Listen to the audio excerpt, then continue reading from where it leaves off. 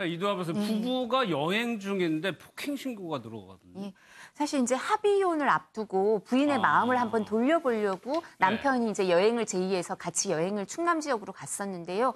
이렇게 마음을 돌려보려고 하다가 오히려 다툼이 생겨서 이렇게 다툼이 벌어졌는데 남편이 아내를 술병이나 돌 이런 걸로 폭행을 했어요. 그래서 지금 항소심에서 어제 특수상해가 되거든요. 위험한 물건이 들어가니까 그냥 이렇게 되는 게 아니라. 그래서 징역 8개월이 선고된 사건입니다.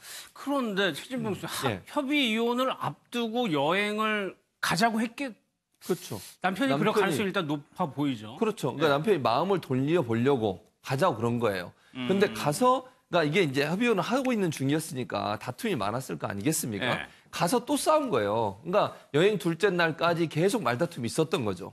그러니까 마음을 돌리려고 가서 그런 의도를 갖고 가긴 갔지만 아무래도 두 분 사이에 이제 여러 가지 뭐 간격이 있었겠죠. 그러다 보니까 예전 일 얘기하면 또 싸우게 되고 여행 둘째 날까지 싸우다 보니까 아내도 어쨌든 처음에 따라갈 때는 좀 한번 좋게 관계를 회복해보려고 갔겠지만 가서 말다툼이 계속되니까 아내 입장에서는 더 이상 이제 뭐 가망이 없구나 생각하고 짐을 싸들고 이제 혼자 나와버린 거예요. 그걸 남편이 보고 못 참고 화가 난 거죠. 그러니까 아내가 짐을 싸서 이제 여행지에서 혼자 돌아가려고 하니까 숙박업소를 떠나니까 그게 격분해가지고 그냥 저렇게 위험하게 돌로도 때리고 막 이렇게 돼가지고 지금 저런 문제가 발생하게 된 것이죠. 결국은. 그러면 최 박사님 이거는 본인이 잘해보자고 해가지고 설득해가지고 갔는데 본인이 사고를 친 거거든요.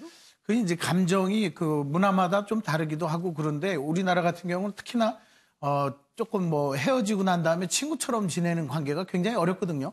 예전에 오래된 영화 중에 해리가 셀리를 만났을 때 영화 그런 거 보면 헤어지고 나서 여자 쪽에서 그냥 친구처럼 편안하게 지내자 하니까 남자는 그걸 또 받아들이지를 못하고 그래서 어떻게 해서든지 함께 살려고 지금 그런 의도를 가지고 여행을 갔는데 또 아내는 또 자기 나름대로 독립을 선언하고 이제 자기 행복을 찾아가려고 하다 보니 거기에 또 술이라고 하는 것이 들어가면서 자기 감정이 조절되지 못한 결국은 우리나라 같은 경우는 특히나 감정 지배적인 어떤 행동들이 많기 때문에 이별 여행 또 이별 후에 친구처럼 지내는 게 아직은 문화적으로 우리에게는 좀 익숙하지가 않은 그런 분위기예요. 그래서 이별 여행 가자 하면 안 가는 게 상수입니다. 안 가는 거죠. 근데 이두아 선생님, 그러면 결국엔 징역 8개월이 선고가 됐는데 형이 너무 낮은 거 아니냐는 좀 의견도 있더라고요. 예.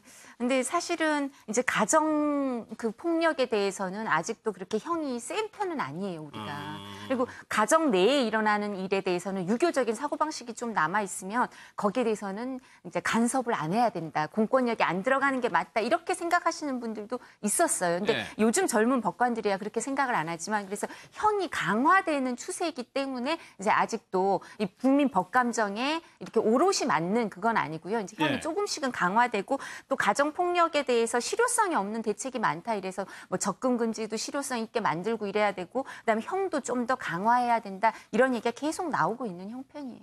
알겠습니다.